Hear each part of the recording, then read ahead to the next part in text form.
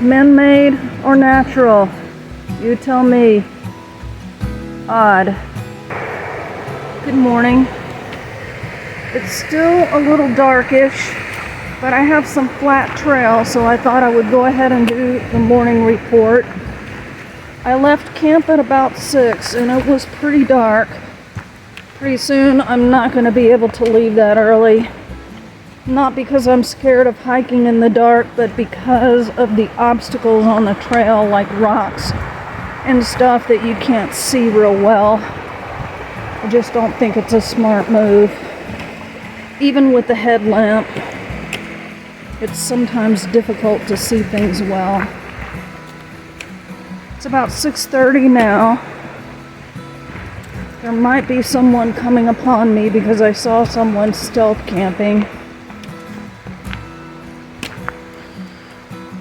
I was so tired yesterday afternoon, and I was concentrating on trying to speak softly because there were people in the shelter. And I cannot remember if I said this. I know I sent an in-reach message to Bud telling him, but yesterday I passed the point at which I broke my rib. I did not see the rock. I know after that I climbed what I am calling ledges. They call that ledges sometimes and far out, but to me it's like a jutting of rock that kind of goes at a slant that I've had to climb several times on this trail. I just passed a shelter and there was somebody sitting there, so I had to stop recording. Anyway, I remember climbing that part. I remembered as I was going over that part that I had climbed it after I had broken my rib. And I also remembered staying at that shelter, probably in the same tent spot. Oh, this is precarious, hold on. And I remember sleeping that night and being in so much pain. I also remember waking up in a sweat, like I'd broken a fever. I had also been fighting Ehrlichia. I was taking antibiotics at that time for Ehrlichia, which is a tick disease. So, and then I had looked at my AWOL guide to try to plan where I could get off trail because I just knew it was broken. Later, when I got home, I did get the x-ray and it confirmed that it was broken. And I rode the bus all the way home. Man, was that painful. Riding the bus is a terrible experience. If you have never done it, you need to take a long trip on a bus so you can experience it. It's not like it is in the movies. You have to get off the bus every 2 hours or so because the bus driver needs a break. And then you've got to stop and pick up people and drop people off. Sometimes you have to get off the bus and go into a bus station. And I went through New York City like at about 3 o'clock in the morning and had to get off in a bus station there. That was kind of scary. Anyway, so I feel like this is kind of a marker. And coincidentally, in my journal, it looks like I got off on a road. I remember it was like a gravel road, and some lady stopped and picked me up and took me to a convenience store where there was like a city bus stop.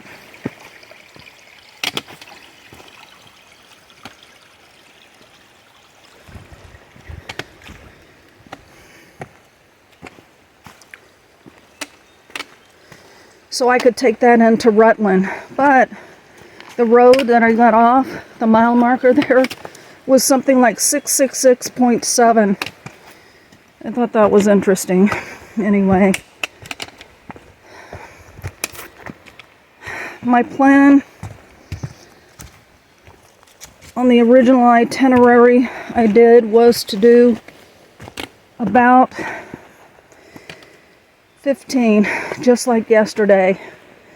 I'll see how I feel, but there is a shelter that is about 18 miles ahead. But I don't know how much that is going to mess up the rest of the itinerary. I don't want to be stuck having to do 12 or whatever because of the shelter situation. And I'm thinking if I want to, I may just stealth camp. Everybody else is doing it. But the problem there is having a spot to do so. For example, where would you stealth camp here? Sometimes there are hours worth of this kind of terrain where you just absolutely can't stealth camp because there's not a place to set up your tent. The terrain can be untent friendly for hours, and not having a plan, not knowing for sure where I'm going to stop at night really stresses me out. So that's one reason I haven't broken the rules. The other thing to add in is I think that the point of not allowing stealth camping is because sometimes eventually these stealth camps become established campsites and people start building fire rings and burning trash in there, and it's right on the trail. If you're going to stealth camp, most places like you to be well off the trail so that you're not, in people's view. I wanted to talk about slack packing because I think I have never talked about it, and I've just mentioned it offhandedly. I have no fundamental issue with slack packing. I did more of it in 2018. Anymore, it's cost prohibitive. It's gotten really expensive, I think. Used to, some hostels would offer you a free slack pack if you stayed at their hostel 2 nights. Then you would stay one night, they'd drop you off ahead, you would hike back to their hostel, and then in the morning they would drive you back to the point at which they dropped you off. The reason people do slack packing is because it is much easier to hike with a pack that has barely anything in it. When you slack pack, you only have what you need for the day. Your food, your toilet paper, your rain gear, and anything else you might use during the day. Your phone.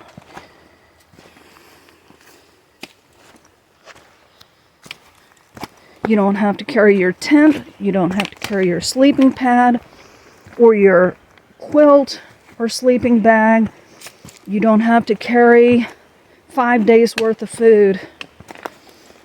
Therefore, you can do more miles in a day because it's easy to do. You can fly, you can go really fast, and especially going uphill. Man, those uphills are so hard with a heavy pack.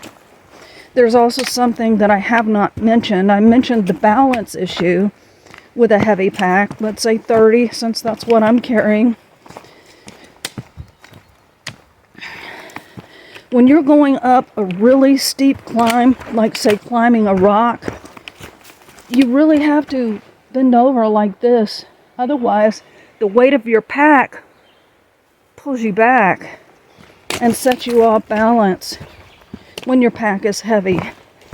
So you don't have to worry about that when you slack pack. And it really is a wonderful thing. You also don't have the weight of your pack coming down on your feet with every single step you take. It's sort of like gaining 30 pounds of weight. People who are overweight, you are feeling that weight on your feet with every step you take. And it is as if I have just gained 30 pounds. So, slack packing is wonderful. I'm all for it, except that it is expensive. I did meet a guy, his name was Tick Magnet. I think his YouTube channel is called Dave's AT Adventure. I think he is slack packing the whole entire trail. And the way he is doing it is he has a couple of ladies that are also doing this with him that he recruited. I'm just going to say that word. I don't know if it's the right word. Anyway, they hike one direction. He hikes another. And whoever gets to the point at which the car was left, his car, they drive back to the other person or people. And then they camp at a road crossing or go into town and stay in a motel or a hostel or whatever. So it sounds like a really great deal. But that's not the kind of experience I want to have. But it's a great way to hike the entire trail and see all of this scenery and not have to carry the weight of a pack, which contributes to the weight loss and the fatigue and other stuff. So that is all about slack packing. If you have any questions, let me know. I've only done it once this year. That is because the slack packing was by donation, and I didn't feel like at that point I could take a day off. At that point, I didn't want to. And I thought, what a great way to get in some miles, but at the same time getting some rest, getting to come back and do my laundry again, and get a shower, and eat real food. Those are the other benefits of slack packing. Is that you always, well, if you are staying somewhere and they're slack packing you, you're still at a place where you can get some real food. Looks like we have all of a sudden gotten into Rock City because the rocks are back. They do come back periodically, just like Virginia or Pennsylvania. Maybe not quite as bad as Pennsylvania. Looks like there's a blaze on that tree up there, but that can't be the trail. I better check. I am still on the trail. False alarm. I would not hike this trail without the Far Out app. I did most of it without this app on my first hike just because I didn't know about it, and there were so many times where I was a basket case thinking I was off trail. I couldn't find a blaze. With this app, you can tell exactly where you are. Whether you're on this trail or a blue blaze trail or some other trail, which happens sometimes. And I met someone whose wife is slack packing them. I think they've got a camper of some sort. He was so lost. You often don't know how many more miles you've got to do, even if you are good at doing math in your head. With the AWOL guide, you're never sure you're at that water source. It can be done, but it's just really difficult. And this gentleman that I was talking to, who did not have the Far Out app, I had stopped I was stopping at a shelter, and he couldn't find the trail and where it went. I was looking for a tent spot, and it was mentioned that there were some further north on the AT. So, and I would need to know where the trail was. So I helped him find it with Far Out, but it took several tries going down several different trails before we found it. And it turns out that the trail went right beside the shelter. But it didn't even look like a trail. It was all overgrown, and there was a branch going across, all the way across the trail that needed to be trimmed. But I felt really sorry for him. I could really empathize because I had many of those moments on my first hike before I got Far Out. The next order of business is my Buy Me a Coffee page. I'm going to start out by saying what I said when I announced the Buy Me a Coffee page. God takes care of all of my needs and so many of my wants. You all have been so generous, but some of you have done it more than once. What I'm saying is I don't need you to fund me. I'm having sticker shock. I live in Podunk, Arkansas. The cost of living is very low. Taxes are low. That's why we moved there. So, for example, would never pay $4 for a pint of ice cream in Arkansas, and that's cheap on this side of the world. $4 for a pint of ice cream. And maybe I'm just not up with the times, but everything has gotten more expensive. And Bud and I knew that things were going to get more expensive the further north I went, and we have planned for certain expensive things. I make cuts where I feel like I need to. Not getting the pint of ice cream or whatever. I'm paying it now, and I'm enjoying it, and I have no regrets about doing it. It's just sticker shock, and that's why I keep talking about it.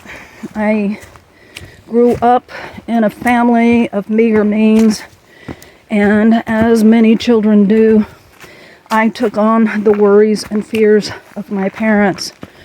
As children, we all hear the conversation. How much money can I spend on groceries?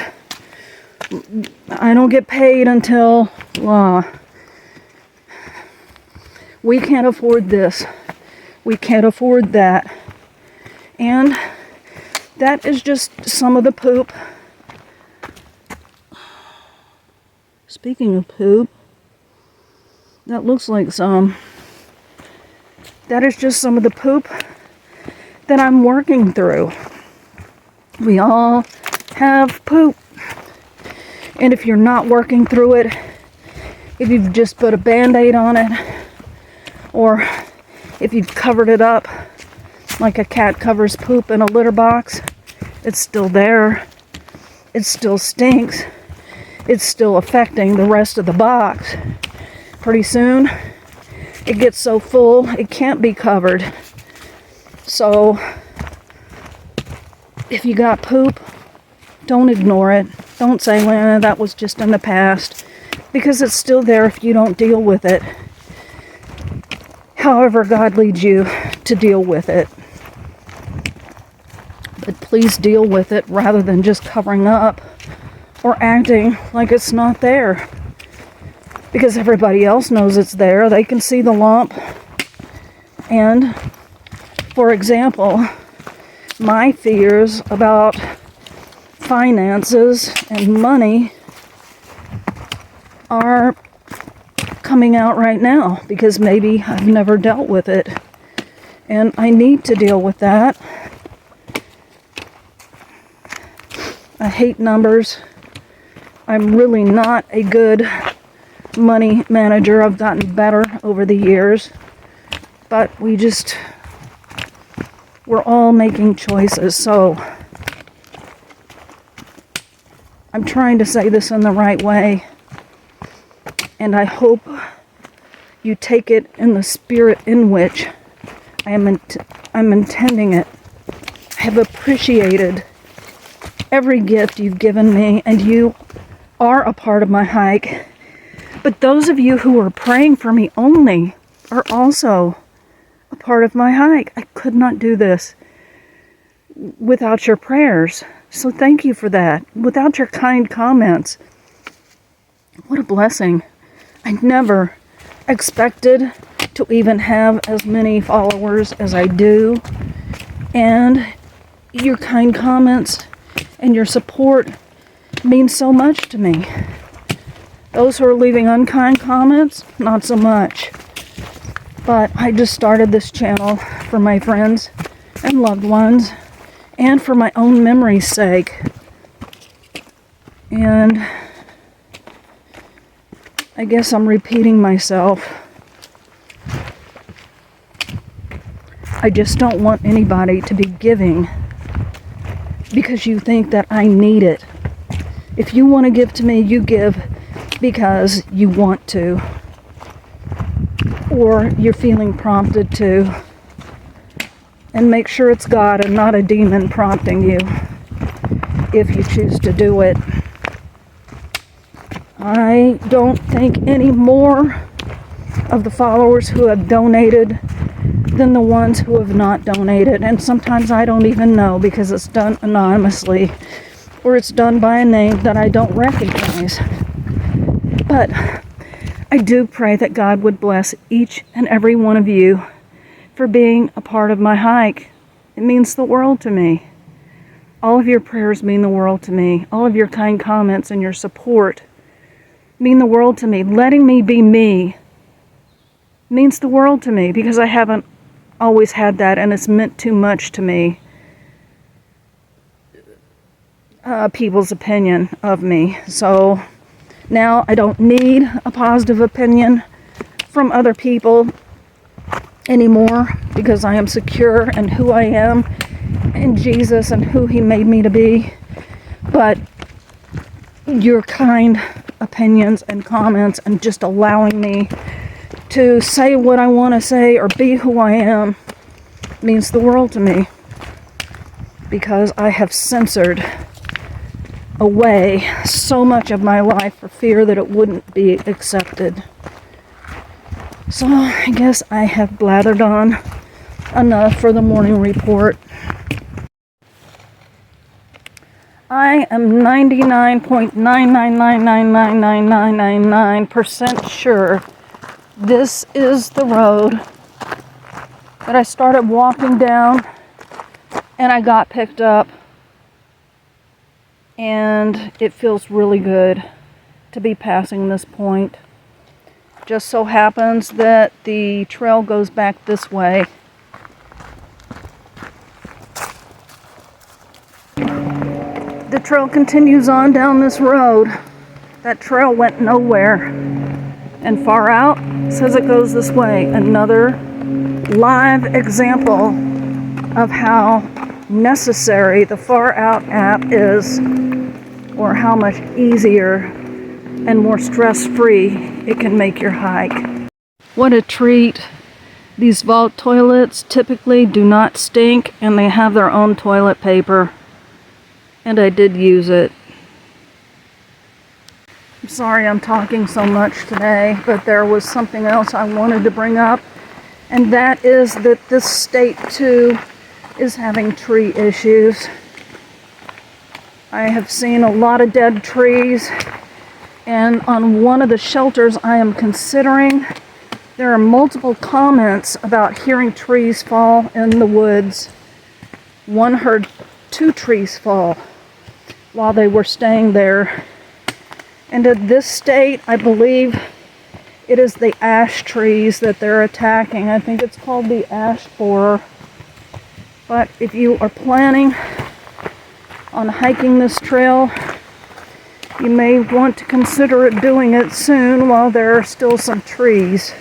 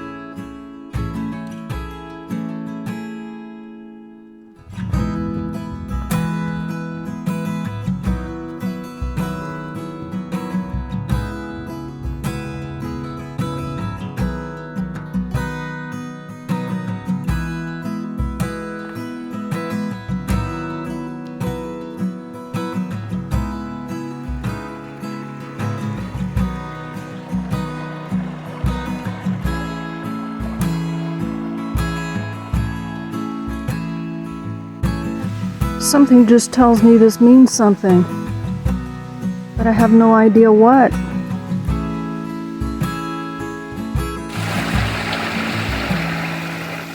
There's another one on the other side. My guess is that this is a different trail and there is a bridge that's out, but that's just a guess.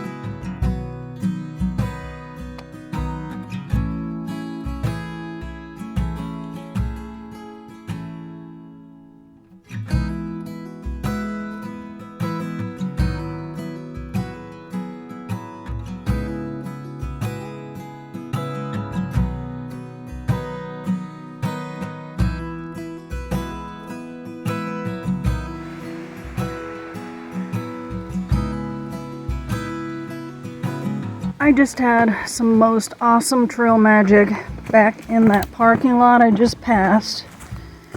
There were hot dogs, potato chips, and sodas. Had a Dr. Pepper this time. And there were also cookies and fruit. I had some watermelon. And there were also other things that hikers might need. They even had heat. But it just so happens that I topped off my bottle at Green Mountain Hostel because someone had left some in the hiker box.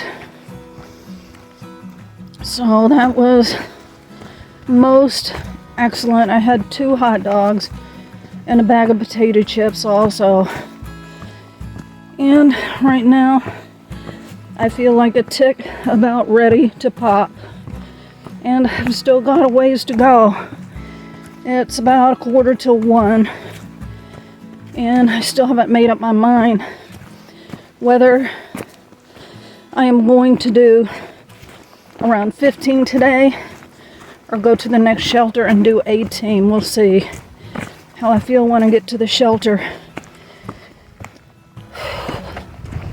Just had to climb up out from that parking lot, so I'm kind of out of breath.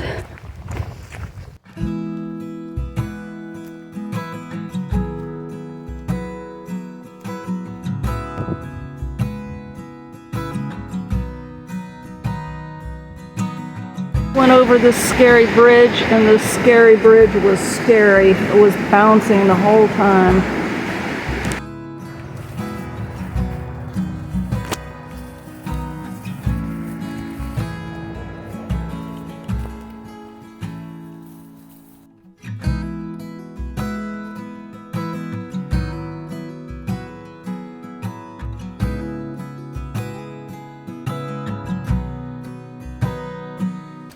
Hello, I did 18.8 miles today. I went ahead and went to the further shelter.